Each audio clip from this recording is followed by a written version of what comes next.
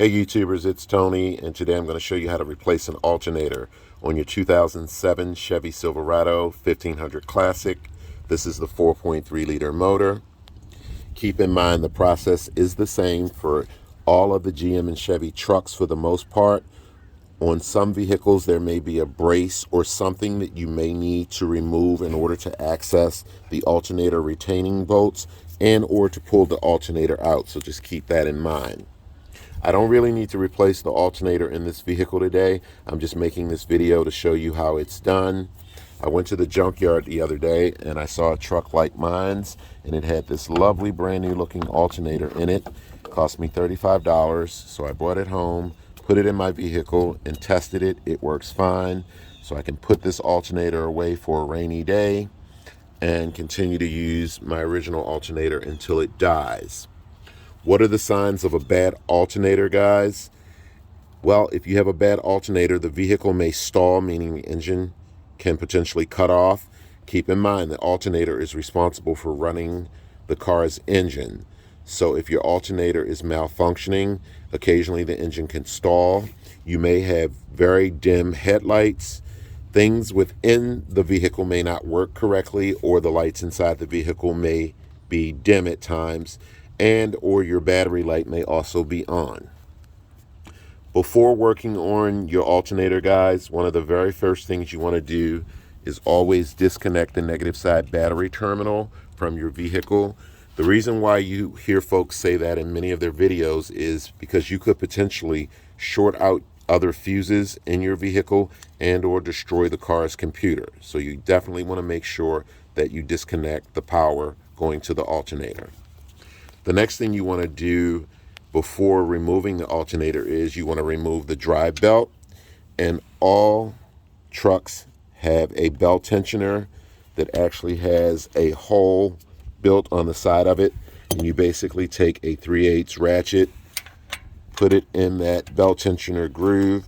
And what you do is you simply crank the belt tensioner to the left, and that allows you to slip the belt off of the vehicle, guys. So I'm going to put the camera down for a brief moment so that I can remove the drive belt, and I'll be right back. So now that the drive belt is off, you can go ahead and release your ratchet, and you can just move your belt out of the way. The next thing you'll need to do to get your alternator out is remove the two retaining bolts. There are two 15mm bolts, one there and one there. You also want to remove this 13mm bolt behind this pulley here, as you will need to raise up this coolant line to get your old alternator out.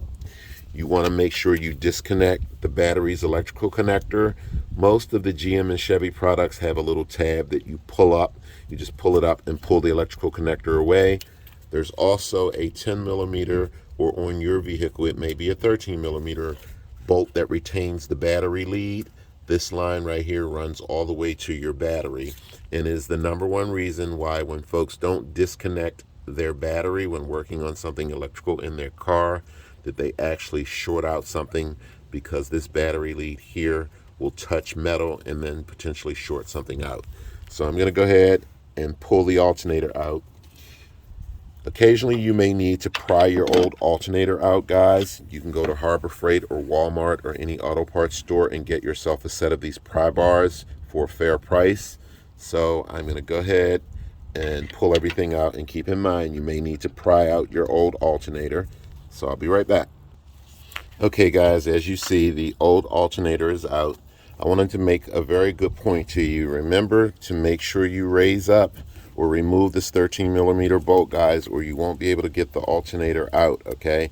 And you don't want to put stress on this line by not removing this 13mm bolt here, because if you put stress on this line, you could potentially cause a coolant leak right here. So be mindful. This little tube just comes out, so if for some reason you create a leak, you can remove this clamp and push it back down until it's nice and secure, and then put your clamp back on. Keep in mind, guys, that if this is your first time replacing an alternator, before you take any of this stuff apart, you want to take a picture of how your belt is routed on your vehicle. Oftentimes, a lot of folks will take a belt off And in the end, when they put a belt back on a car or truck, they'll have an excessive amount of belt left over with no place to put it. That just simply means that you miss the routing of where a belt goes on a pulley somewhere, and that's why you have all that extra belt. If you snap a picture of how things look before you start, you'll know how everything goes back together. And also keep in mind that however you took this apart, it goes back together in the reverse order that you used to take it apart. Also, if your alternator is an original GM or Chevy alternator, your new alternator may not fit back into this cradle correctly. And again, that's the reason why you want to get yourself a set of these pry bars. They really help you raise up the old alternator. And when putting in the new alternator, occasionally you may need a rubber hammer to crack the old alternator a couple of times. So just be mindful of that. Also, guys, keep in mind, again, your new alternator may not fit back into this cradle correctly.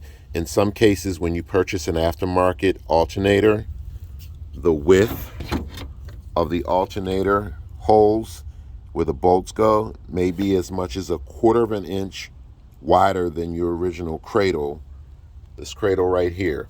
But don't worry about it, guys, there's a fix for that. If you find that your new alternator will not fit in this cradle correctly, you don't have to bang it and damage the alternator. Just get yourself a grinder and grind a little bit off the back side of the alternator. You want to do it on the back side of the alternator, both holes. You want to grind a little bit at a time, and you may have to keep doing that and bringing the alternator over and trying to fit the alternator into the cradle until it fits nice and smoothly but snug. You don't want to take too much off the back side of the alternator, but you shouldn't have to beat the alternator into this cradle. So there's my original alternator, guys. There's the alternator that I purchased from the junkyard, and again, it's in awesome condition. So I'm going to go ahead and put my original alternator back in, and then I'll show you how to put the belt on in the end. So we're going to put the alternator in its cradle. Remember, you just have to line up your alternator holes with these holes down here. Fit your alternator in, put your two 15mm bolts back in. Make sure you reconnect your electrical connector. Make sure you reinstall your battery lead. Make sure it's nice and tight, but don't over tighten it. Make sure you put your 13mm bolt back on here, and then all is left is to hook up your negative side battery terminal and put your belt back on. So I'll be right back, guys. Okay, guys, one of the last things you want to do, I have my two 15mm bolts back in. I have my 13mm bolt in here. I reconnected the electrical connector back here. I reconnected the battery lead here. I hooked up the negative side battery terminal. The last thing you want to do is put your belt on. And what you want to do is you want to route your belt over each and every pulley, guys. And then you want to make, on this particular truck, you want to make this pulley the last pulley that you put the belt on over. It'll be a whole lot easier. So you go ahead and you stick your ratchet into the belt tensioner, and then you simply cock it to the left side of the vehicle or the passenger side of the truck, and then you can safely slide your belt back on and then release the belt tensioner. Okay, guys, the only final step is to just go around and do a dummy check.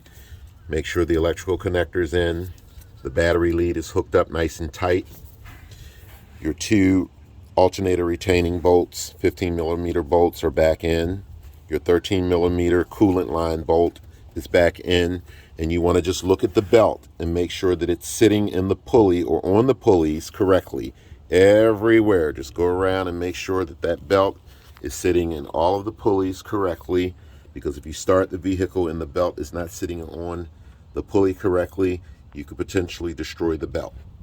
So now that I know the belt is on correctly, I can just go ahead and start the vehicle up. And you want to turn on everything power for a few minutes, and this makes your alternator or forces your alternator to recharge your battery. But your battery should be good anyway. Hopefully you didn't have a dead battery when you replaced your alternator. And that's primarily it, guys, to replacing an alternator on this particular vehicle. So let's go and start the truck, And remember, I know it's going to start because I did not need to really replace the alternator. I was just making this video simply because I was testing the alternator that I got from the junkyard out. But let's go ahead and start the truck anyway, and then that will conclude this video. So here we go, guys. My truck starts up with no problems, and I'm good to go. Alright guys, that's it for this video. I hope this video has been informative and helpful to you. And remember, if your battery light is on, that means you have a problem with your alternator and you want to get it looked at as soon as possible. Thanks for watching, guys, and take care.